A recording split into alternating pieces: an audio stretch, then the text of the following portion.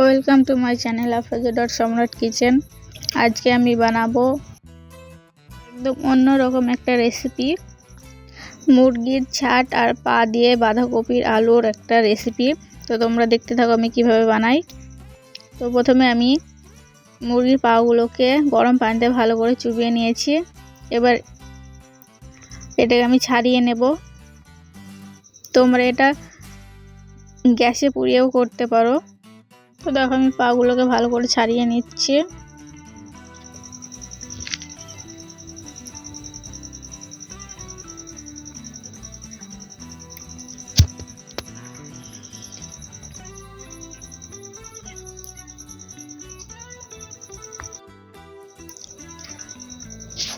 তো দেখো আমার একটা মুরগির পা ছাড়ানো হয়ে গেছে। এভাবে আমি বাকিগুলো ছাড়িয়ে নেব।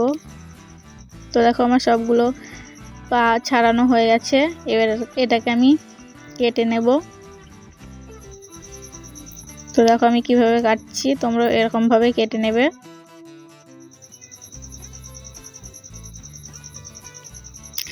আর এরকম ভাবে রান্না করলে যারা এগুলো পছন্দ করে না বা খায় না তারাও কিন্তু, দেখো আমি পায়ে যে মাঝখানে অংশটা থাকে সেটাও কেটে ফেলে দিচ্ছি।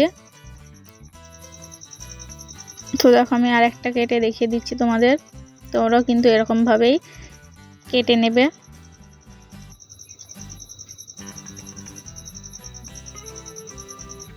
তো দেখো আমি এরকম ভাবে সবগুলো এবার কেটে নেব।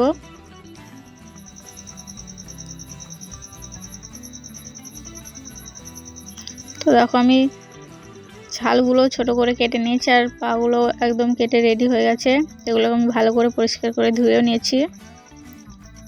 তো দেখো এবার আমি কড়াইতে দিয়ে দিচ্ছি সাদা তেল। তোমরা এটা সর্ষের তেল দিয়েও করতে পারো। এবার আমি যে আলুগুলো কেটে রেখেছিলাম, এখানে আমি দুটো আলু কেটে রেখেছি, আলুগুলো আমি দিয়ে দিচ্ছি ভাজার জন্য। তোমরা আলু সাইজটা ছোট বড় করতে পারো। তো দেখো আমি আলুর সাথে সাথে যে বাঁধাকপিটা কেটে রেখেছিলাম সেগুলোও দিয়ে দিচ্ছি।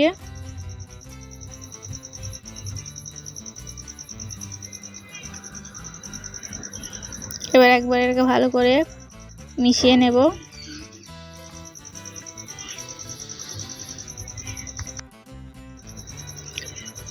তো দেখো আমি ভালো করে একবার আলু আর বাঁধাকপিটাকে ভালো করে মিশিয়ে নিচ্ছি।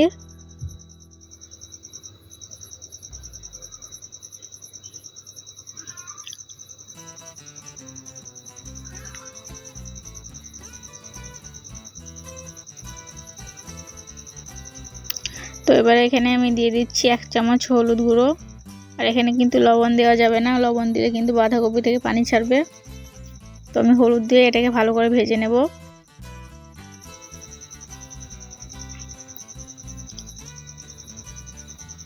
তো দেখো আমাদের আলু আর বাঁধাকপিটা ভাজা হয়ে গেছে। এবারে আমি এটাকে তুলে নিচ্ছি।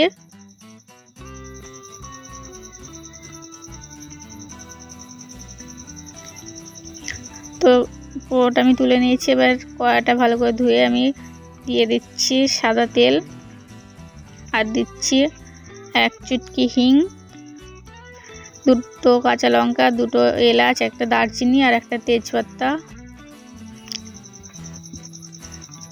তো দেখো আমার ফোড়নগুলো দেওয়া হয়ে গেছে। এবারে এটাকে আমি হালকাভাবে নেড়ে নেব আর হালকা কিছুক্ষণ ভেজে নেব। তো হালকাভাবে আমার ভাজা হয়ে গেছে। এবারে দিয়ে দিচ্ছি আমি একটা মিডিয়াম সাইজের পেঁয়াজ কুচি। পেঁয়াজটাকে আমি চপ করে নিয়েছি। তো এবার পেঁয়াজটাকে হালকা করে নেড়ে আমি ভেজে নেব।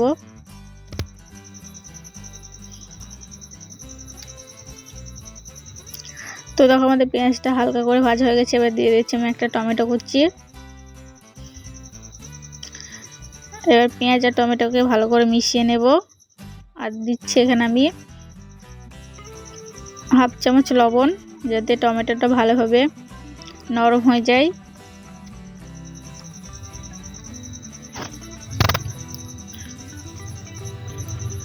তো এখন আমি সবকিছু ভালো করে মিশিয়ে নিচ্ছি। আর এখানে দিচ্ছি আমি 1 চামচ আদা রসুনের পেস্ট। এবার সবগুলো ভালো করে আরেকবার মিশিয়ে নেব। আর এটাকে ভাজতে দেবো যতক্ষণ না আদা রসুনের আর কাঁচা টমেটোর গন্ধটা চলে যাচ্ছে। তো দেখো আমাদের সব কিছু ভাজা হয়ে গেছে। এবার আমি দিয়ে দিচ্ছি 1 চামচ হলুদ গুঁড়ো, 1 চামচ লঙ্কা গুঁড়ো, 1 চামচ গরম মশলা গুঁড়ো, 1 চামচ জিরে গুঁড়ো আর দিচ্ছি 1 চামচ ধনে গুঁড়ো। এবার এগুলোকে ভালো করে মিশিয়ে নেব।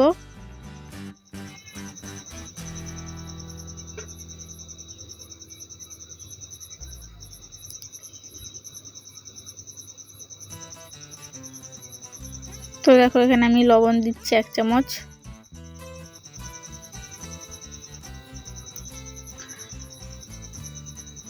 তো সব কিছু ভালো করে মেশানো হয়ে গেছে।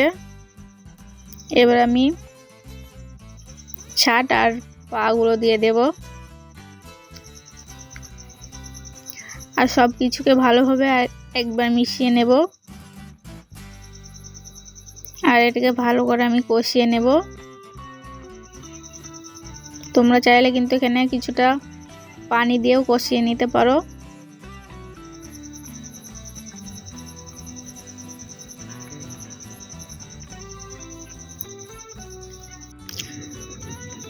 তো দেখো সব কিছু ভালো করে কষিয়ে নিয়েছে আর তেলও ছেড়ে দিয়েছে। এবার আমি ভেজে রাখা আলু আর বাঁধাকপিগুলো দিয়ে দেব।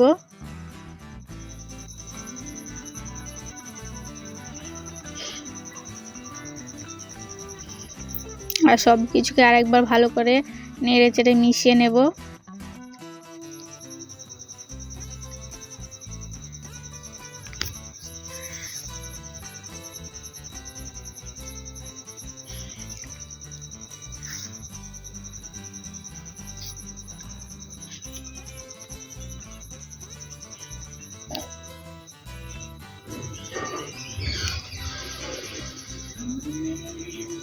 তো আমাদের সব কিছু ভালো করে মেশানো হয়ে গেছে।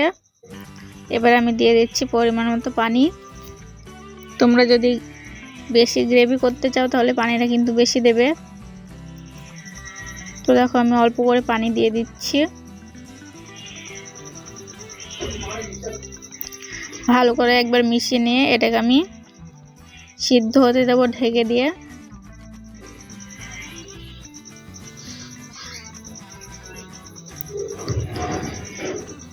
তো দেখো এটাকে আমি ঢেকে দিচ্ছি। তো আমি 5 থেকে 7 মিনিট মতো জাল দিয়ে নেব। তো দেখো আমি 7 মিনিট মতো জাল দিয়েছি। এবার ঢাকনাটা তুলে দেখে নিচ্ছি।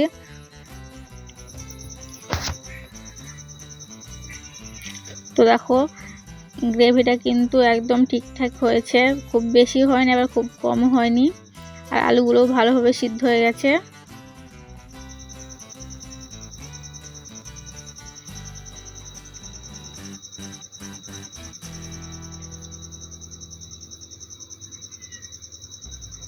তো দেখো আমাদের পাতাকপি আর ছাটের রেসিপি একদম রেডি। তো আমি এবার ধনেপাতা কুচি দিয়ে নামিয়ে দিচ্ছি। তোমাদের হাতের কাছে না থাকলে তোমরা না দিতে পারো। তো আমি একটা বাটিতে ঢেলে নিচ্ছি বাঁধাকপির তরকারিটা। তো দেখো আমাদের বাঁধাকপির রেসিপি একদম রেডি। তোমরা এরকমভাবে বাঁধাকপির রেসিপি একবার হলেও ট্রাই করো। আর আজকের ভিডিওটা কেমন হয়েছে আমাকে অবশ্যই জানিও।